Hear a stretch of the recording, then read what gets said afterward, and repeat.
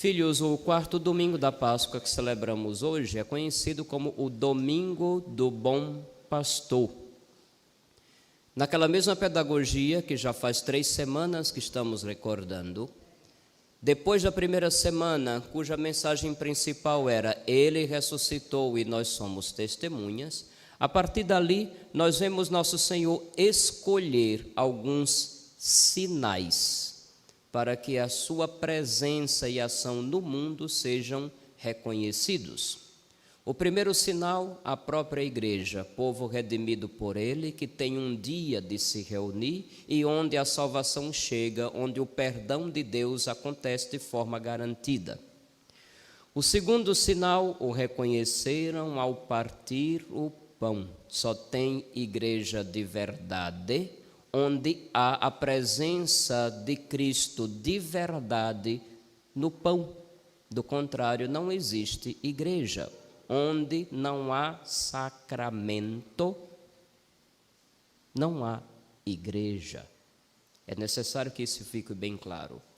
E a partir dessa semana vem um sinal que depende não apenas da fidelidade de nosso Senhor, mas também da fidelidade de homens que Ele escolhe, atrai para si, chama, faz uma proposta de vida.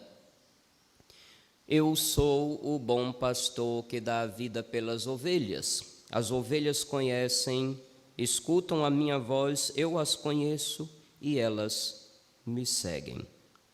Quando a gente olha, grosso modo, digamos assim, a figura de um pastor, eu sei que essa palavra, no meio do canavial que cerca Laranjeiras, muita gente só pode estar pensando logo de alguém vestido de terno e gravata e balançando a Bíblia para um lado e para o outro, gritando glórias e aleluias. Porém, o que nosso Senhor tinha em mente primeiramente era a figura real de alguém que cuida de ovelhas. Existem lugares no mundo onde as ovelhas são criadas para corte, para serem abatidas. Esses lugares, a ovelha não fica muito tempo com o pastor. É diferente de Israel, onde Jesus viveu. As ovelhas eram criadas especificamente para a cultura da lã e do leite. Deixa o menino solto. É normal, você não já sabe que ele é assim. Olha. Criança é assim, deixa ele à vontade, deixa ele caminhar. Ninguém vai fazer ele sair lá na rua, nem cair pelos degraus. Olha, tem um batalhão ali na porta. É uma graça, não é verdade, hein? Criança tem que ser conquistada para Deus com uma certa dose de liberdade. Criança tem que vir à igreja e se sentir normal, livre, em casa. Ele vai ver um monte de rostos estranhos, sim, mas a maioria vai olhar para ele e oferecer um sorriso. Todo mundo se sente bem quando as pessoas olham para si com um sorriso no rosto. Então, criança é normal. E não tem medo não, pode botar o peito para fora se for dado mamar mesmo. Aqui não tem essas besteiras não.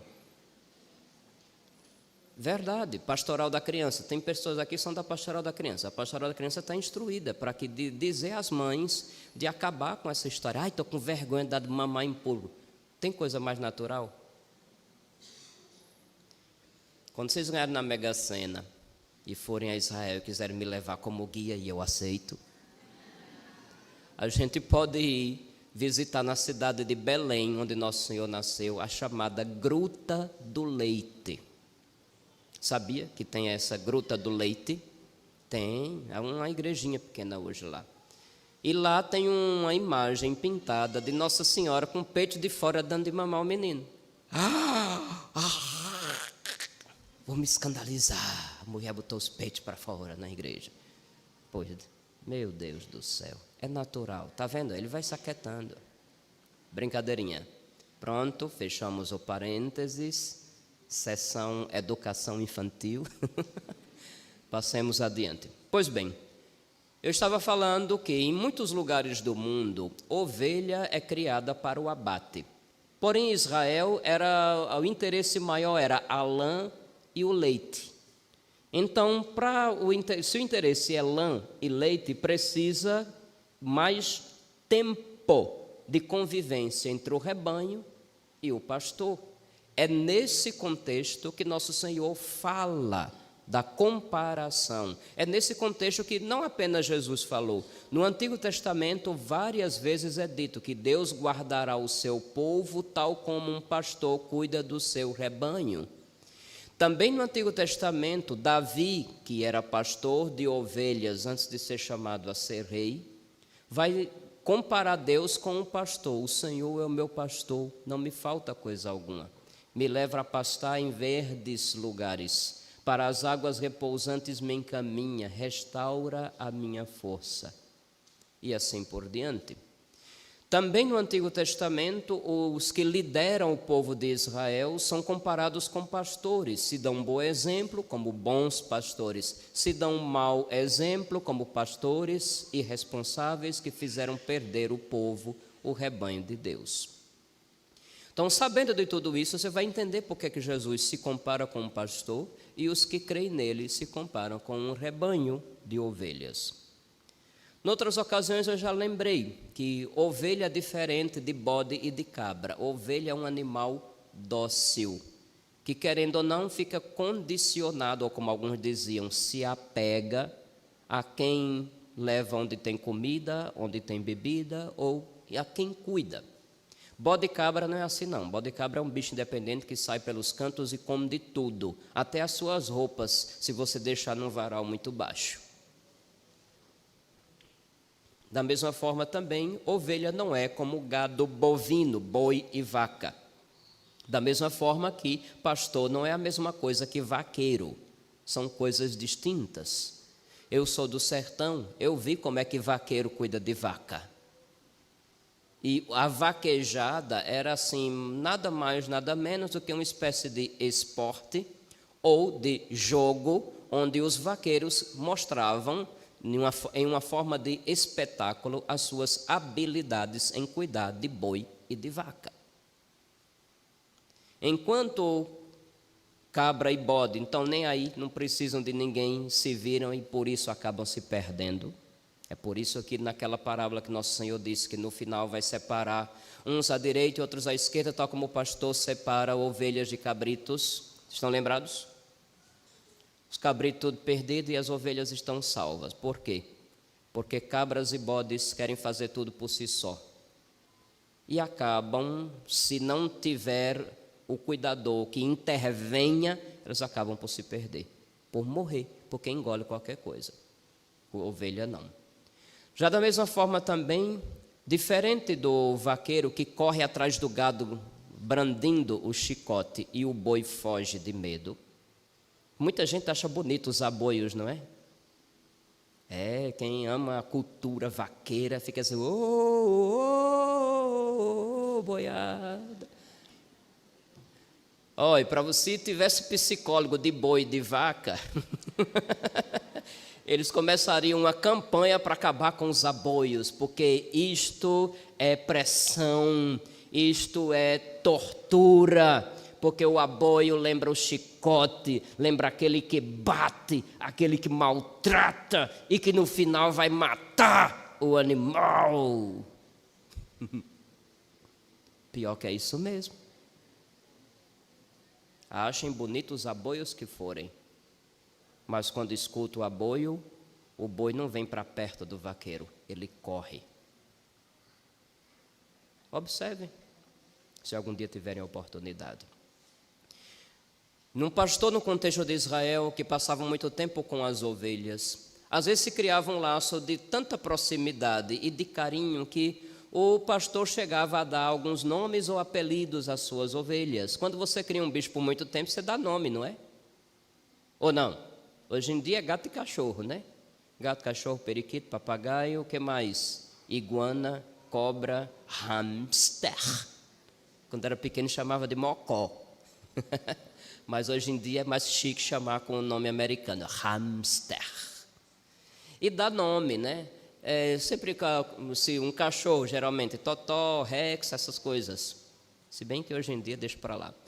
Eu me lembro quando era pequeno que eu escutava bastante que quando se dá nome de gente a bicho, é sinal de que o dono está carente, ou a dona está carente. Então lá em casa os bichos tinham nome de bicho, não tinha nome de gente. Então, querendo ou não, o pastor na convivência do dia a dia por muito tempo criava essa intimidade e dava os seus apelidos. Porque sempre tem uma ovelha que dava mais trabalho e outras menos. Sempre tem aquela ovelha que chegava apenas querendo nhaque, se o pastor segurava alguma coisa na mão. Como também tinha aquela que ficava se roçando nas suas pernas e assim por diante. Conheço as minhas ovelhas. Elas me conhecem, porque elas conhecem a voz de quem cuida. Conhecem. E geralmente quando o pastor, e outra coisa, naquele tempo, numa região árida como era Israel, o que acontecia? Não tinha esse negócio de, minha terra é essa, está cheia de capim, minhas ovelhas não saem do meu curral. Não era assim. Isso talvez aconteça na Europa ou alguns lugares onde tem, sei lá, muito pasto. Mas em Israel não era assim. Em terreno árido, os pastores tinham que juntar o rebanho e procurar onde tinha pastagem. Geralmente, lugares que não tinham cercado, o pastor tinha que estar atento, porque saindo para lugares mais distantes, estava sujeito a ataques de alguns animais, tipo assim, um lobo, ou algo do gênero, que pudesse atacar o rebanho, fazer-lhe um estrago e matar ovelhas. É por isso que nosso Senhor vai comparar o pastor e o mercenário. Mercenário era apenas aquele que oferecia sua mão de obra em troca de salário. Se aparecesse um perigo, farinha pouca, meu pirão primeiro, como se diz assim, né? E ele cuidava de salvar a sua própria pele. O rebanho não é meu mesmo, depois arruma um serviço em outro lugar. Mas o pastor que criava esse laço com as ovelhas era diferente. Nosso Senhor vai se comparar com o pastor que dá a vida pelas suas ovelhas. Nesse contexto aparece curioso também a leitura do livro do Apocalipse que nós ouvimos como segunda leitura hoje. Uma multidão imensa de todas as nações, tribos, povos e línguas, e que ninguém podia contar. Estavam de pé diante do Cordeiro. Um pouco antes é dito, 144 mil. Se vocês não sabem, 144 mil é a soma de 12 vezes 12 vezes 1000. Se estiver duvidando, porque acho engraçado. Tem alguns que quando eu falo uma coisa, puxa o celular e começa a fazer as coisas para tirar a conta dos 9 se o padre não está enganando o povo. Pode puxar o celular e fazer o cálculo se quiser. Significa a totalidade, onde ninguém está fora. Todos são chamados a fazer parte do rebanho desse cordeiro imolado. Uma grande multidão. Lavaram e alvejaram suas roupas no sangue do cordeiro. E diz lá, nunca mais terão fome nem sede, nem os molestará o sol, nem algum calor ardente, porque o cordeiro que está no meio do trono será o seu pastor e os conduzirá às fontes da água da vida. O cordeiro será o seu pastor.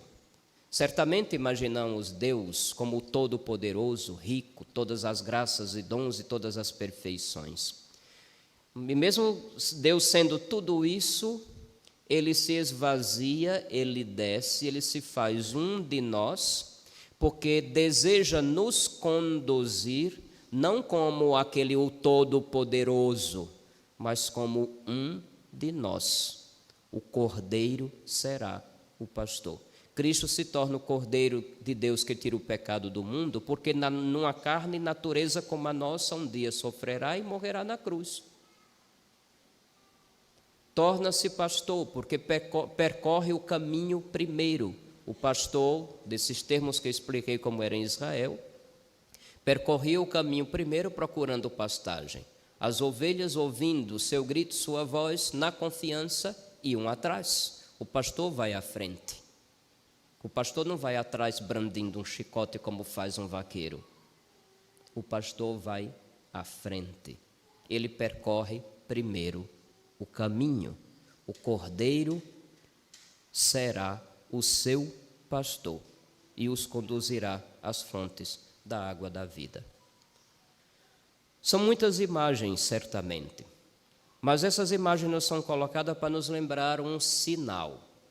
Uma vez entendendo o contexto e por que Jesus faz essas comparações, o que significa então, que sinal é este que ele escolhe para colocar no meio do seu povo? O sinal dos pastores, daqueles que ele escolhe e coloca à frente do povo, para que o povo não fique desorientado. Existe uma tendência nos dias de hoje, de origem protestante, que faz as pessoas acreditarem que, lendo a Bíblia sozinhas, terão o discernimento de que caminho percorrer. Jesus é o meu pastor, eu não preciso de pastor nenhum. Já viram gente falando esse tipo de coisa? Geralmente são protestantes. Jesus é meu pastor, eu falo direto com Deus, Ele me perdoa, Ele me ama, Ele me abraça. Eu leio a Bíblia e rezo em casa. Já viram coisas desse tipo? Eu tenho entendimento, o Espírito Santo toda hora me revela alguma coisa, Deus me fala, Jesus me diz. E cada um com essas ideias na cabeça, sem se dar conta, acaba agindo não mais como ovelha do rebanho, mas como bodes e cabras, que querem por si só decidir o que fazer da própria vida. No meio de um povo que está aos poucos assumindo essa mentalidade, nosso Senhor de novo propõe o pastoreio, aqueles que Ele chama e consagra. É um sinal frágil, sim, é um sinal frágil, porque depende de uma resposta de fidelidade de pessoas que também são frágeis. Esta semana, quinta-feira passada, eu estive em uma ordenação sacerdotal, aqui em Aracaju, paróquia São José de Anchieta. O Frei André, agostiniano, da mesma ordem do novo Papa. E ali se recordava que Deus confia um tesouro, a segurança de um tesouro guardado em vasos de barro. Quando a gente tem algo de muito valor, a gente procura uma segurança pesada. Geralmente a gente não mostra para todos, se guarda no lugar mais escondido da casa. Às vezes tão escondido que se quem guardou já está começando com Alzheimer, não escondeu, perdeu, porque não vai lembrar nunca mais onde colocou. Porque tem gente que em casa é assim, não guarda as coisas, esconde, né? Ou, em alguns lugares, ainda tem gente com cofre em casa, outros preferem colocar suas riquezas na fortaleza de um banco e assim por diante. Deus, pelo contrário, aquilo que Ele tem de precioso, guarda em vasos de barro. Ele coloca em nossas mãos, Ele confia em nós. Nós somos os vasos de barro. Se tratando do pastoreio daqueles que nosso Senhor chamou e colocou à frente do seu povo, mais frágil ainda é o suporte desse tesouro. Cada um que na igreja exerce o ofício de pastor é chamado a ser imagem viva de nosso Senhor Jesus Cristo, presente, que profetiza. Profetizar não é adivinhar um futuro, como muitos imbecis ficam falando, ou fazer pracatraia, trequetreca, tacataia, pacataca. Isso é ridículo, isso é palhaçada, isso é espetáculo. Isso não é profecia. Não é profecia chegar e rasgar o exame de médico de alguém. Isso não é profecia, isso é espetáculo. Não é profecia começar a fazer algumas coisas como se um demônio estivesse baixando na figura. E ainda insistir, eu sou profeta. Isso é palhaçada. Não passa de palhaçada. e chega a ser demoníaco, porque o demônio gosta de fazer ridicularizar a nosso Senhor e a tudo que é de Deus. É ridículo. Cada pastor, cada sacerdote, e aqui quero falar especificamente do Papa, dos bispos, dos padres e dos diáconos, aqueles que receberam o sacramento da ordem, que foram marcados com um sinal sacramental para serem sinal da presença viva de Jesus no meio do povo. São investidos da missão profética. O que é que significa isso? Anunciar a palavra de Deus, oportuna e inoportunamente. Ensinar a verdade, quer o povo goste, quer não goste, quer agrade, quer não agrade. São chamados a santificar o povo de Deus, celebrando e administrando os sacramentos, principalmente o sacramento da Eucaristia, que até semana passada era colocado para nós como outro sinal de que Jesus está presente entre nós. E também são colocados diante do povo para pastorear o povo de Deus, para governar, não como quem impõe autoridade ou se acha o rei da cocada preta, mas como aquele primeiro que deve dar exemplo e assim incentivar os outros a fazer do mesmo jeito.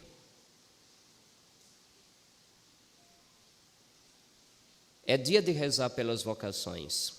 É dia de rezar para que na igreja não faltem esses que, tendo amado nosso Senhor de tal forma, desejem amar o povo de Deus como Deus ama o seu povo. Esta oração que nós devemos fazer no dia de hoje. No Brasil, porque o mês de agosto foi transformado em mês das vocações, o quarto domingo da Páscoa é esquecido como o Dia Mundial de Oração pelas Vocações.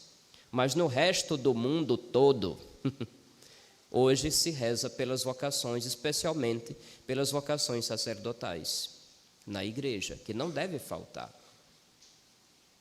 Como já disse, Deus confia um tesouro a vasos de barro, que podem trincar, rachar, arrebentar, quebrar, e que não são para sempre.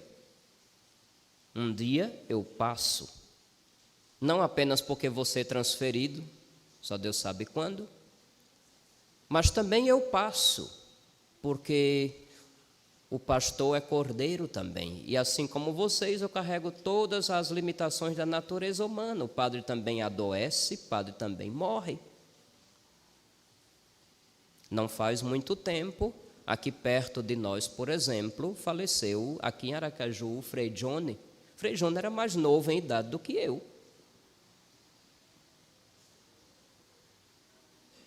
Passamos. Eu não sou eterno aqui em Laranjeiras, nem neste mundinho.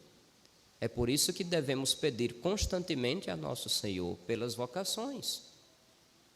Eu rezo e quero crer que também de Laranjeiras, em Laranjeiras, neste momento, Jesus pode estar chamando alguém para ser padre. Eu rezo, creio e quero crer nisso.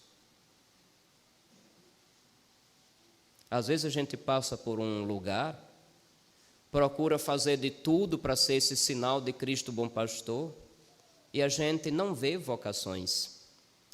Depois que a gente sai de um tempo, de repente sabe que alguém ali foi tocado pela graça de Deus, nós fomos simples instrumentos, entrou no seminário e depois de um tempo, olha aí, sacerdote também, pastoreando o povo de Deus. Até porque, como se dizia no popular no meio dos seminários, que a alegria de um padre é fazer outro padre.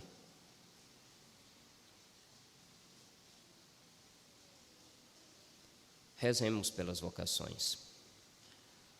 O tesouro está em vasos de barro, mas todo o povo de Deus precisa, assim como um tempo eu precisei e até hoje preciso. Eu preciso de alguém que seja referência para mim até hoje.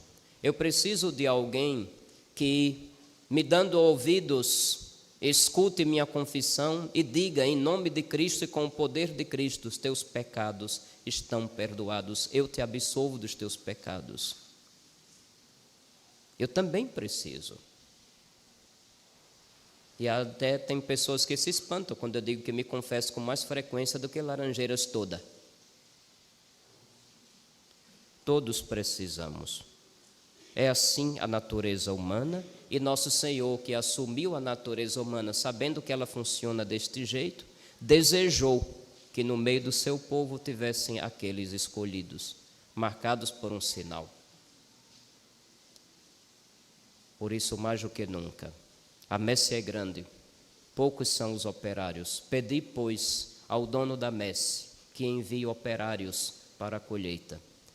Pedi, pois, a nosso Senhor que aqueles que já responderam sim sejam perseverantes. Pedi, pois, ao Senhor que aqueles que por algum motivo caíram, quebraram, trincaram, sejam restaurados pela graça de Deus.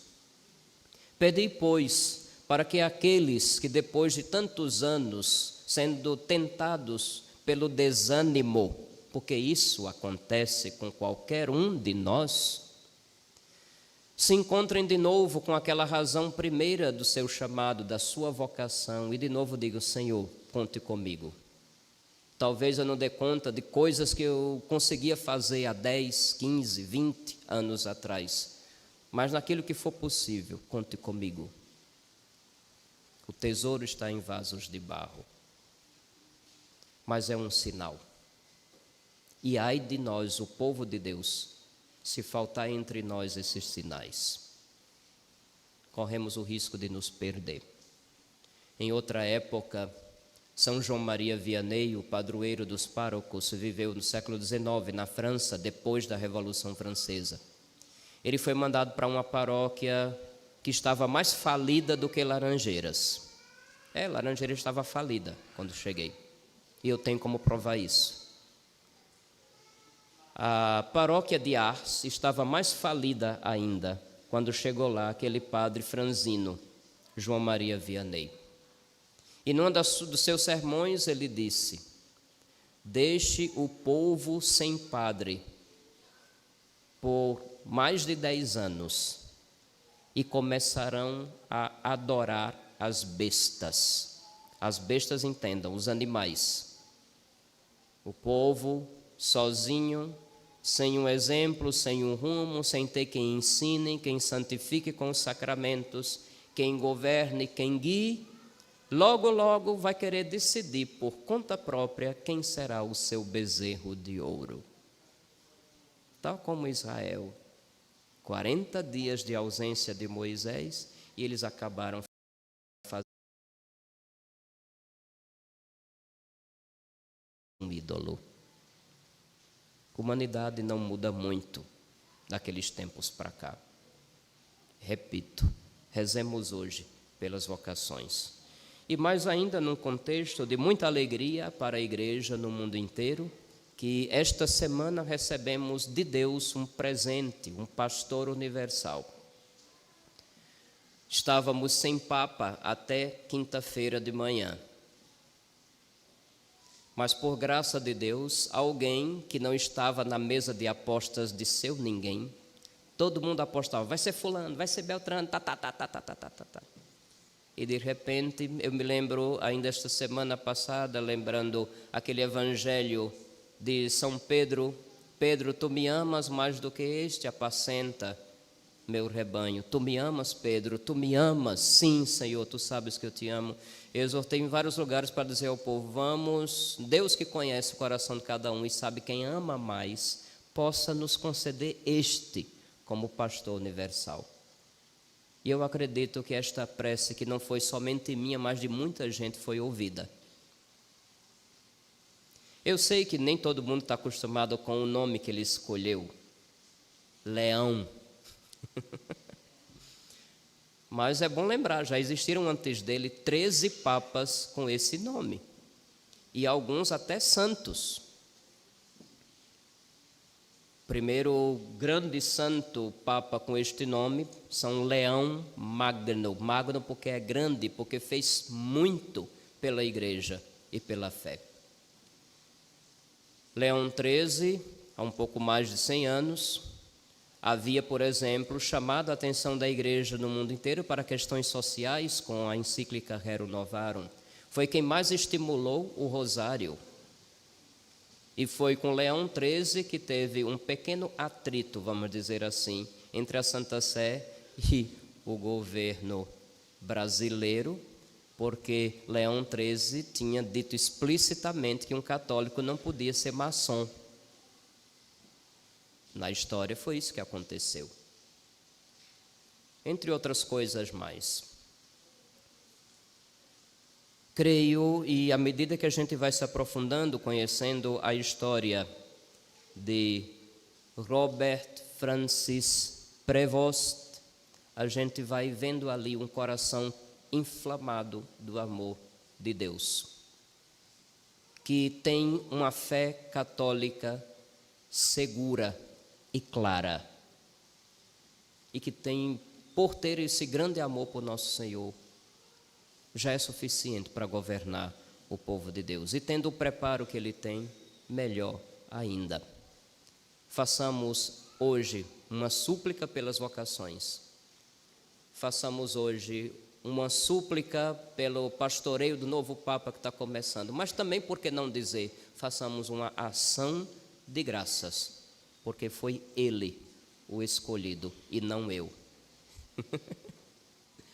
Isso é uma provocação, viu? Agradeçamos a Deus porque foi escolhido Ele e não eu. Que nosso Senhor cuide do seu povo, como o pastor cuida do seu rebanho. Louvado seja nosso Senhor Jesus Cristo. Creio em Deus, Pai